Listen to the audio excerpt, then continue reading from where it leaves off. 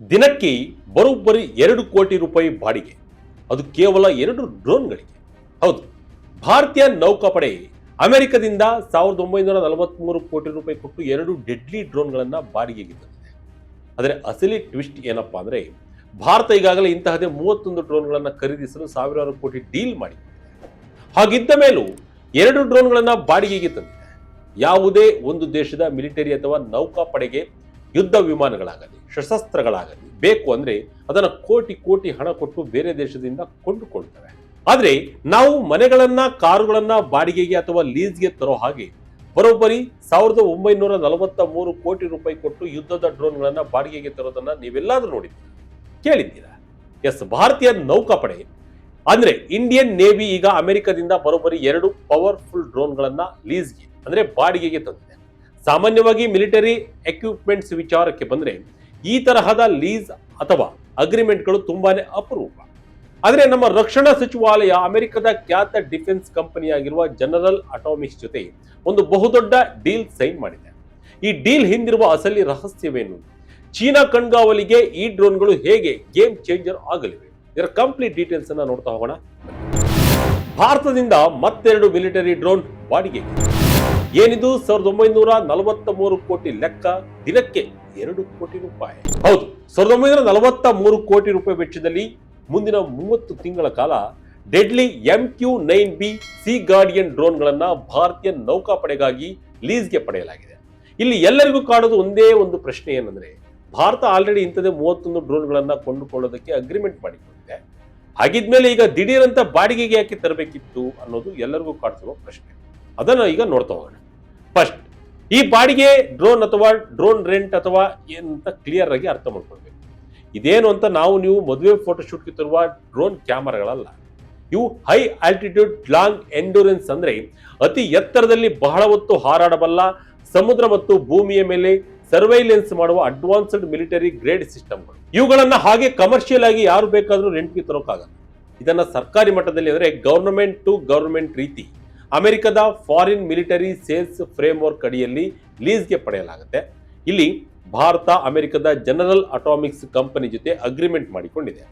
Social ಮೀಡಿಯಾಗಳಲ್ಲಿ ಕೆಲವರು 1943 ಕೋಟಿ ರೂಪಾಯಿ 30 ತಿಂಗಳಿಗೆ ಲೆಕ್ಕ ಹಾಕಿದ್ರೆ ದಿನಕ್ಕೆ 2 ಕೋಟಿ ರೂಪಾಯಿ ರೆಂಟ್ ಕೊಡ್ತಾ ಇದೀವಿ ಅಂತ ಹೇಳ್ತಿದ್ದಾರೆ. ಆದರೆ ಈ ಕಾಂಟ್ರಾಕ್ಟ್ ಕೇವಲ ಡ್ರೋನ್ಗೆ ಮಾತ್ರ ಸೀಮಿತ ಅಲ್ಲ. ಇದರಲ್ಲಿ ಡ್ರೋನ್ ಜೊತೆಗೆ ಅದಕ್ಕೆ ಬೇಕಾದ ಸ್ಪೇರ್ ಪಾರ್ಟ್ಸ್, ಮೇಂಟೆನೆನ್ಸ್, ಟ್ರೈನಿಂಗ್ ಮತ್ತು ಟೆಕ್ನಿಕಲ್ ಸಪೋರ್ಟ್ ಎಲ್ಲವೂ ಸೇರುತ್ತೆ. ಅಂದ್ರೆ ಒಂದು ಕಂಪ್ಲೀಟ್ ಪ್ಯಾಕೇಜ್ ಅನ್ನೇ ನಾವು ಲೀಸ್ಗೆ ತರ್ತಾ ಇದ್ದೇವೆ. ಸುಮ್ಮನೆ ಒಂದು ಲೆಕ್ಕ ಹಾಕಿ ನೋಡಿದ್ರೆ ಈ ಒಂದು MQ-9B ಡ್ರೋನ್ ಅನ್ನ ಪೂರ್ತಿಯಾಗಿ ಖರೀದಿಸಬೇಕಂದ್ರೆ ಅದರ ಬೆಲೆ ಸುಮಾರು $30 ರಿಂದ $35 ಮಿಲಿಯನ್ ಆಗುತ್ತೆ.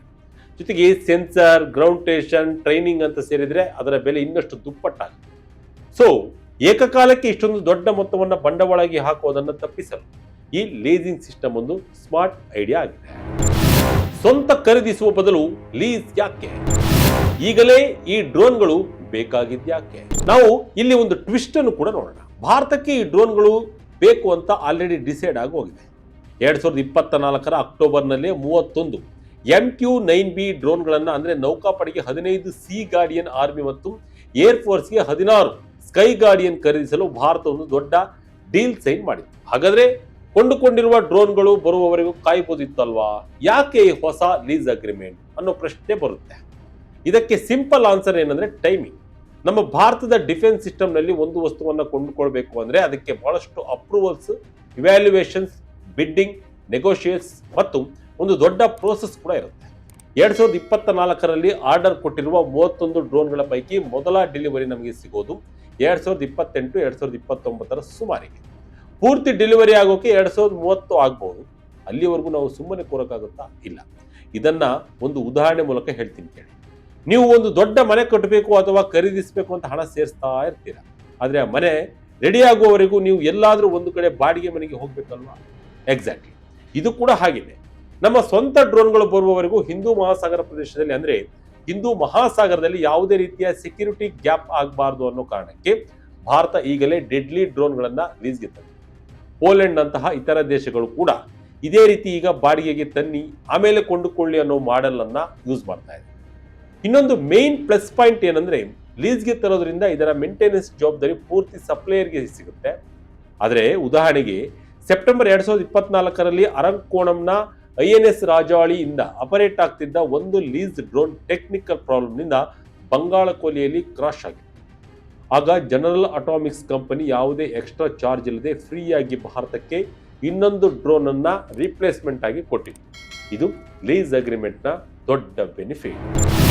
ಏನಿದು ಸಿ ಗಾರ್ಡಿಯನ್, ಏನಿದರ ತಾಕತ್ತು, ಭಾರತಕ್ಕೆ ಈ ಹೊಸ ಡ್ರೋನ್ ಎಷ್ಟು ಇಂಪಾರ್ಟೆಂಟ್? ಇನ್ನು ಈ MQ-9B ಸಿ ಗಾರ್ಡಿಯನ್ ಡ್ರೋನ್ ಬಗ್ಗೆ ಹೇಳಬೇಕು ಅಂದ್ರೆ ಇದು ಪ್ರಪಂಚದ best long range surveillance drone ಅಂತಾನೆ ಫೇಮಸ್.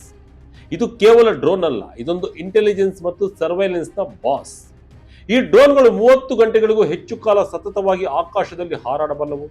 ಸ್ಯಾಟಲೈಟ್ ಕಮ್ಯುನಿಕೇಶನ್ ಯೂಸ್ ಮಾಡಿಕೊಂಡು ಗ್ರೌಂಡ್ ಸ್ಟೇಷನ್ ಇಂದ ಸಾವಿರಾರು ಕಿಲೋಮೀಟರ್ ದೂರದಲ್ಲಿ ಇದನ್ನ ಆಪರೇಟ್ ಮಾಡಬಹುದು. ಇದರ ಇನ್ನೊಂದು ವಿಶೇಷತೆ ಅಂದ್ರೆ ಸಿವಿಲ್ ಏವಿಯೇಷನ್ ಜೊತೆ ಇಂಟಿಗ್ರೇಟ್ ಆಗೋ ಕೆಪಾಸಿಟಿ. ಅಂದ್ರೆ ನಾರ್ಮಲ್ ಪ್ಯಾಸೆಂಜರ್ ಫ್ಲೈಟ್ಗಳು ಹಾರಾಡುವ ಏರಿಯಾದಲ್ಲೇ ಯಾವುದೇ ರೆಸ್ಟ್ರಿಕ್ಷನ್ ಇಲ್ಲದೆ ಈ ಡ್ರೋನ್ಗಳು ಹಾರಾಡಬಲ್ಲವು. ಸಿ ಗಾರ್ಡಿಯನ್ ಅನ್ನೋದು MQ-9B ಫ್ಯಾಮಿಲಿಯ ಮ್ಯಾರಿಟೈಮ್ ವರ್ಷನ್. ಸಮುದ್ರದ ಮೇಲೆ ಕಣ್ಗಾವಲು ಇಡೋದಕ್ಕೆಂದೇ ಇದರಲ್ಲಿ ಸ್ಪೆಷಲ್ ಸೆನ್ಸಾರ್ಗಳು, ರೇಡಾರ್ಗಳಿವೆ.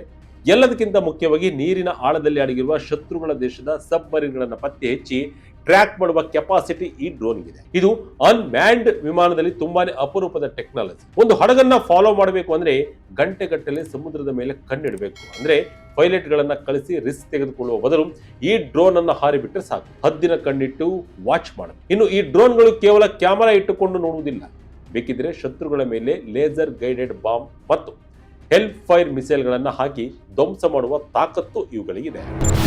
ಚೀನಾಗೆ ನಡುಕ, ಈಗಲೇ 2 ಡ್ರೋನ್ ತಂದಿದ್ಯಾಕೆ? ಹಳೆ ಡ್ರೋನ್ಗಳ ಲೀಸ್ ಕತೆ ಏನಾಯ್ತು? ವೀಕ್ಷಕರೇ, ಭಾರತ ಈ ಡ್ರೋನ್ಗಳನ್ನ ಲೀಸ್ಗೆ ತರ್ತಿರೋದು ಇದೇ ಮೊದಲೇನಲ್ಲ.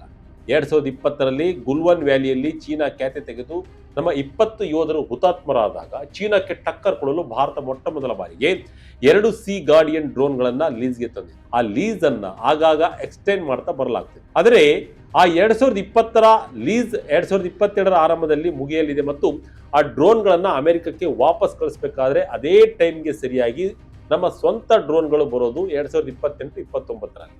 ಸೊ ಮಧ್ಯದಲ್ಲಿ ನಮ್ಮ ಕಣ್ಗಾವಲಿಗೆ ಬ್ರೇಕ್ ಬೀಳಬಾರ್ದು, ಯಾವುದೇ ಗ್ಯಾಪ್ ಆಗಬಾರ್ದು ಅಂತಾನೆ ಈ 30 ತಿಂಗಳಿಗಾಗಿ ಹೊಸದಾಗಿ 2 ಡ್ರೋನ್ಗಳನ್ನ ಲೀಸ್ಗೆ ಪಡೆಯಲಾಗಿದೆ.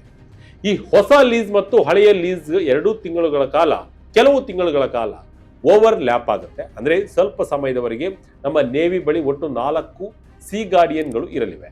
ಇದರಿಂದ ನಮ್ಮ ನಾವಿಕರಿಗೆ ಟ್ರೈನಿಂಗ್ ಪಡೆಯೋಕೆ, ಮೇಂಟೆನೆನ್ಸ್ ಕಲಿಯೋಕೆ ಸಾಕಷ್ಟು ಟೈಮ್ ಸಿಗುತ್ತೆ. ಜೊತೆಗೆ ಸದ್ಯದ ಗ್ಲೋಬಲ್ ಜಿಯೋಪೊಲಿಟಿಕಲ್ ಸಿಚುವೇಶನ್ ನೋಡಿ, ಕಳೆದ ವರ್ಷದ ಆಪರೇಷನ್ ಸಿಂಧೂರ ಮತ್ತು ಅಮೆರಿಕದ ಇರಾನ್ ನಡುವಿನ ಯುದ್ಧದ ಕಾರಣಕ್ಕೆ ಹಿಂದೂ ಮಹಾಸಾಗರದಲ್ಲಿ ಹೈ ಅಲರ್ಟ್ ಇರೋದು ಬಹಳ ಮುಖ್ಯವಾಗಿದೆ.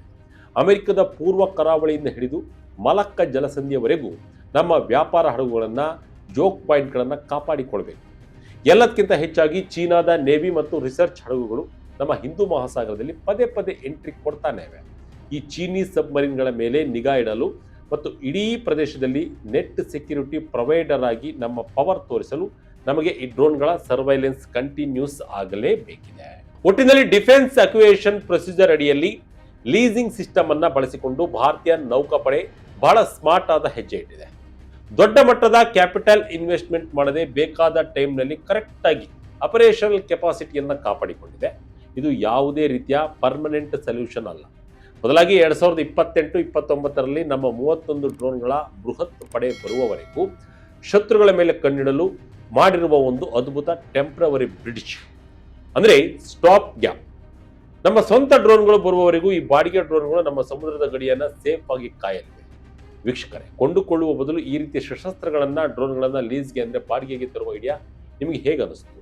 ನಿಮ್ಮ ಅಭಿಪ್ರಾಯವನ್ನ ಕಾಮೆಂಟ್ ಮೂಲಕ ತಿಳಿಸಿ. ಇದಾಗಿತ್ತು ಈ ಕ್ಷಣದ ಇಂಟ್ರೆಸ್ಟಿಂಗ್ ಸ್ಟೋರಿ. ಇದೇ ರೀತಿಯ ಸ್ಟೋರಿಗಳಿಗಾಗಿ Vijaya Kanaka website, YouTube page, Facebook page follow ಮಾಡ್ತಾ ಇರಿ. ಧನ್ಯವಾದಗಳು.